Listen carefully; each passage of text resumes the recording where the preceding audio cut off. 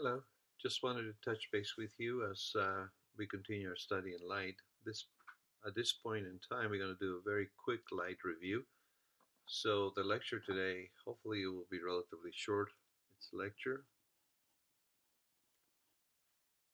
and we're reviewing SOFIA light review. We have learned a lot about light so far, and we want to stop at this point as we move into the infrared. What are the essentials of light?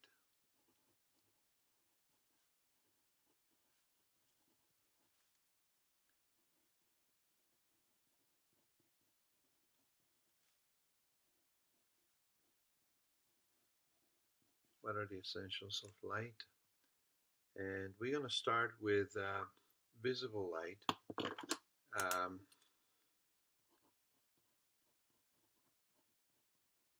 which you're very familiar with by now. Visible light, and we're going to start with a telescope that's familiar to us, that's in our faces, the eye, called an organic telescope. So here's visible light. I want to start by drawing the organic telescope, our eyes. So I'm going to try to emulate it here. So first we start with the cornea in front of our eyes. Okay, let me label that cornea.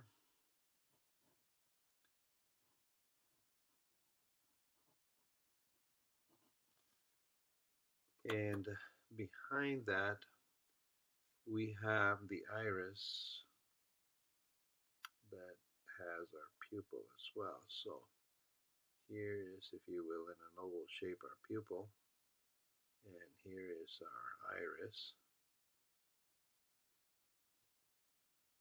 Behind that is a lens,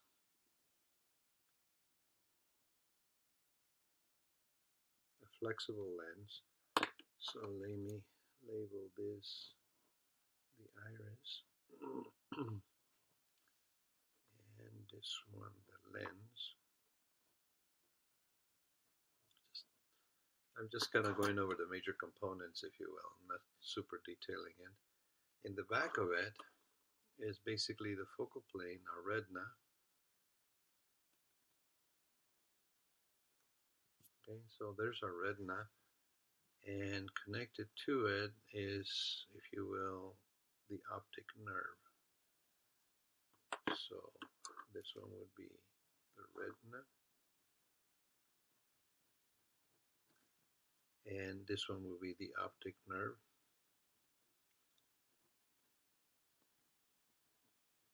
Which conducts the image to our brain. Now, I'm going to describe this in terms of the function of this on the left-hand side for a second, but, well, let me do that up front, actually. If I do the cornea,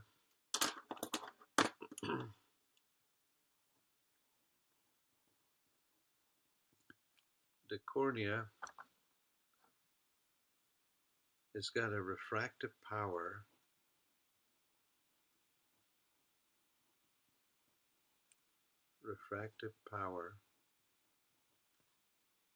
bend to, it basically bends light rays. Okay, then the iris, okay, so that's the external of the eye, receives the light and bends the light rays, directing them towards the pupil. But the iris is like a camera shutter. Okay, so it works like a shutter.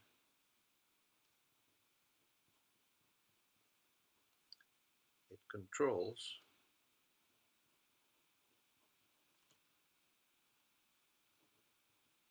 how much light gets in the eye. Okay, so that would be this one where your pupil is, if you will, and behind it is the lens. Now the lens changes shape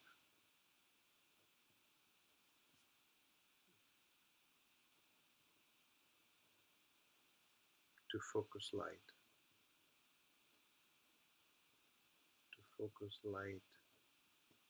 onto retina.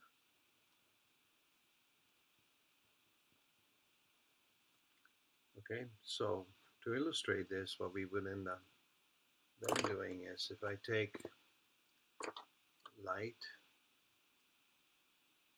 coming in, I'll do light like this. This gets diffracted into the pupil as such, redirected. Depending on the amount of light, the pupil might open and close, and then it goes to the lens. And the lens bends it to a focal point in the back of the retina. So it would basically come in this way and this way, giving us a sharp image. Okay. So I'm going to use a highlighter to illustrate light coming in, through, and then ending up. Okay. So this is the focal point.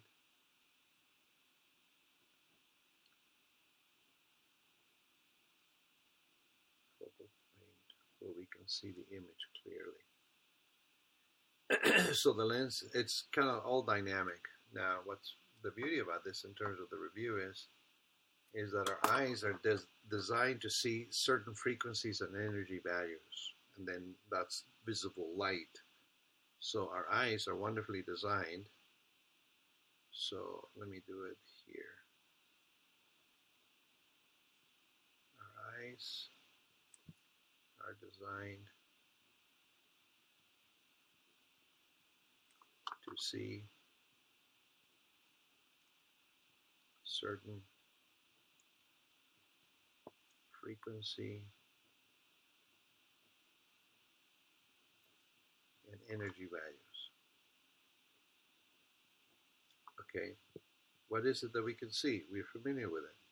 Basically 400 to 700 nanometers approximately in terms of wavelength. Okay, so what is it that we can see? Now, I'm going to go ahead and draw the visible spectrum here, and about every 3 centimeters or so. Go ahead and do 9 centimeters. Every 3 centimeters, I'm going to mark it up. So every 3 centimeters, I'm marking up that. And I have a matching one at the bottom, close to it anyway.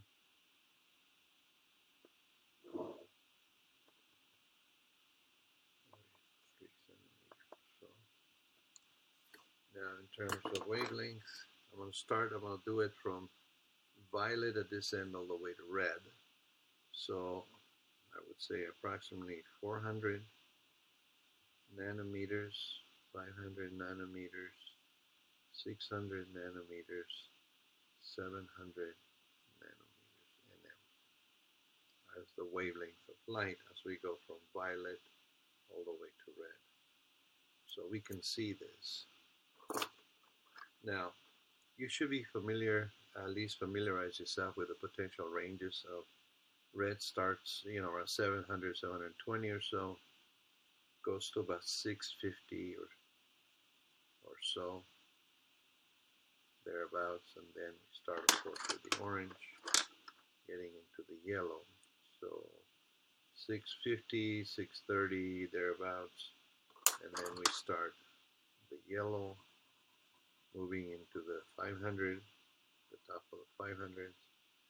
Then we start with green into the 550, from 580 or so to 550. And then we do a blue.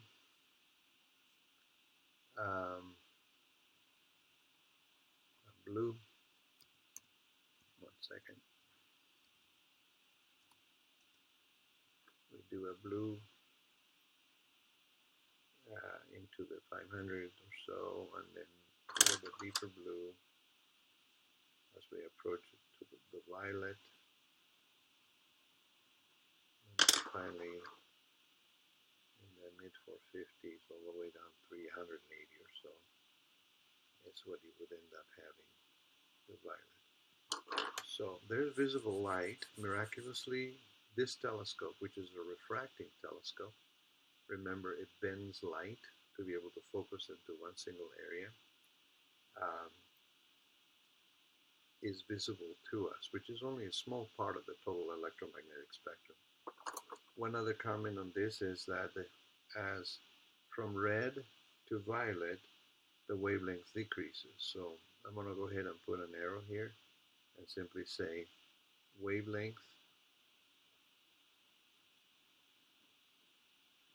decreases. Shorter, the wavelength becomes shorter as you move into the high energy area.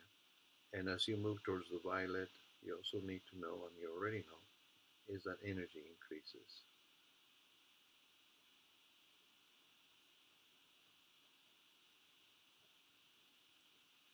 Energy increases. Now, having said that, let's move over to the next area that we need to do, and that is, so that's visible light, a very quick review. Now let's get a little bit more into the amplitude, wavelength, and frequency of light. So we have visible light here at the top. So let me do light, amplitude, just the height of the wave, if you will, wavelength,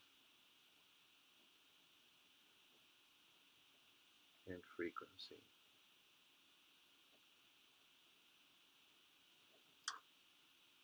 So I'm going to draw about 5 centimeters or so.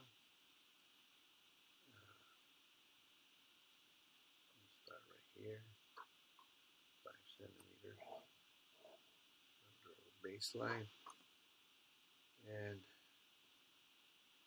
about every 1.5 centimeters, I'll do a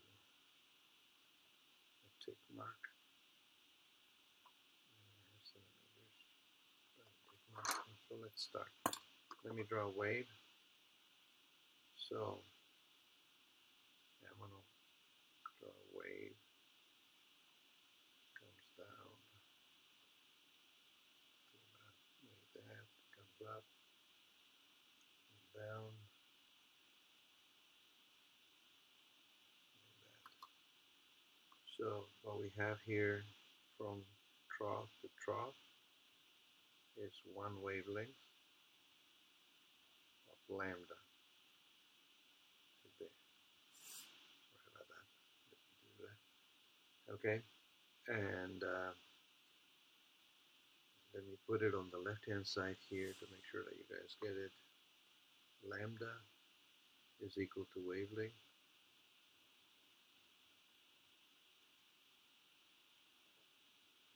measure from trough to trough, from peak to peak. So that will be lambda. Now, one thing that is new perhaps to you, and that is amplitude. From the baseline to the top, this right here is called amplitude. Okay. Now, amplitude A is equal to the height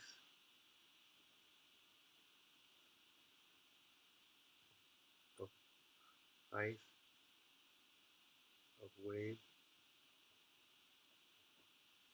from baseline.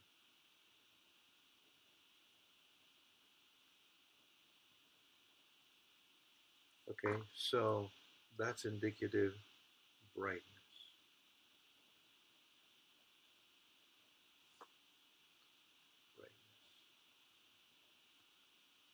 So if we were to increase the altitude, the height of the wave, but still keeping the same wavelength, we would have a brighter source of light. Might be the same color, perhaps, So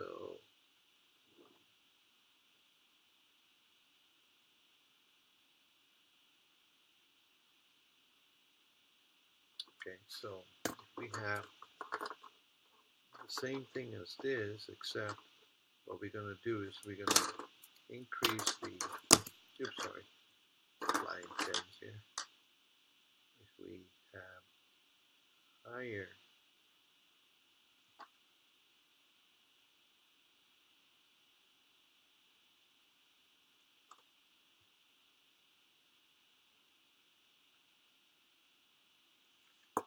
definitely this would be a 2. The amplitude of this would be a 2. If this was a 1, this one would be brighter. Same wavelength, but this one would be brighter. Brighter. There you get the idea. Okay, so amplitude is indicative of brightness. Could be the same wavelength. Lambda is the wavelength counting either from crest to crest or trough to trough. And we're ready to rock and roll. Now let's go on to the next part of our review, and that is we're looking at frequency. So if you remember, frequency is how many waves in any given second pass through. So if you take, I don't know, let's try a line of 5.5 centimeters or so. Same thing. Okay, and every, I don't know, half a centimeter, we'll put a little hashtag.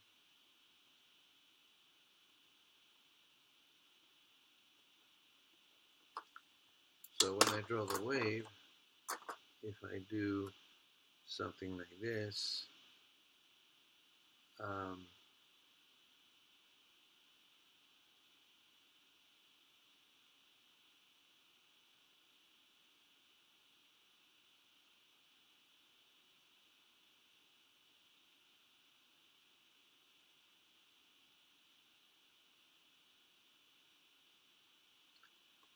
okay, so I would end up having 1, 2, 3 waves in any given second. So I want to do the 1 second mark from right here to the top of this one to this one. That was, oops, I went a little too far, but you get the idea. If this is 1 second, this would be 3 hertz.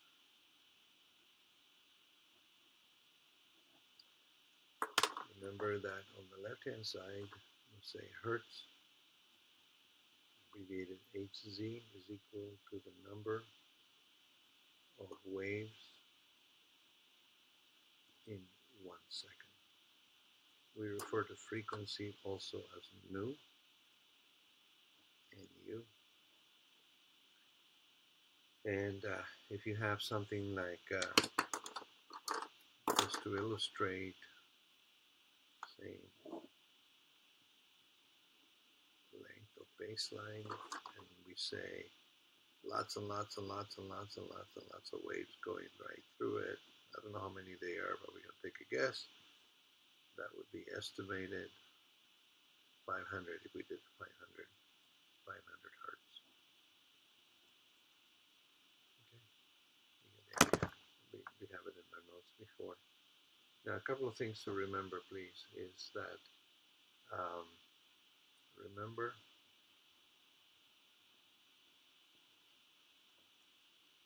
lambda is inversely proportional to nu, to the frequency. Okay, this is a mathematical concept we need to understand. And that leads us to the development of a formula that lambda is equal to the speed of light c divided by the frequency. That allows us to solve lots of problems. So these two are very important. And, our traditional.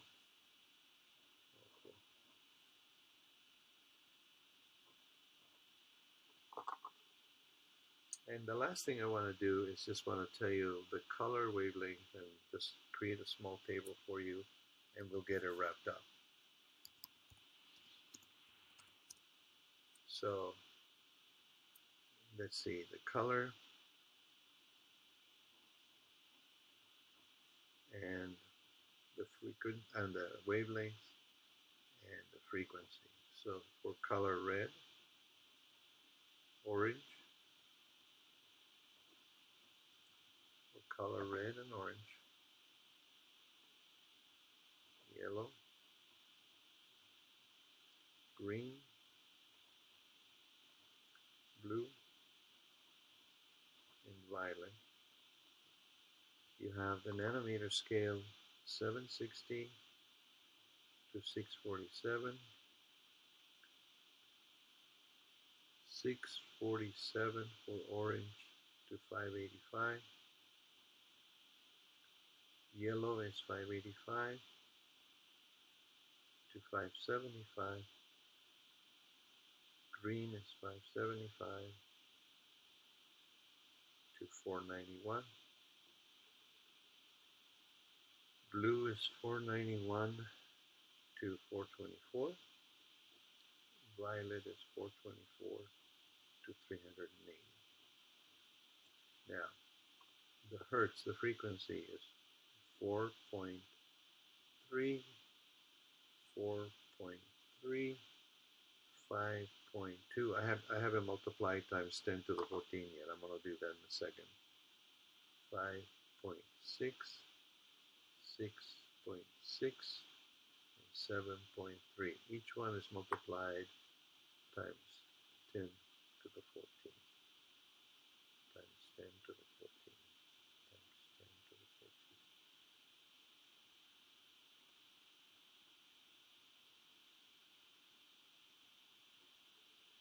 14. Okay, that will allow us to, this is just a very quick review, that will allow us to go beyond the red up to look at the infrared. But the basic review is pretty much complete. Again, thanks a lot for all your work, and thank you for listening. I'll talk to you later. Bye.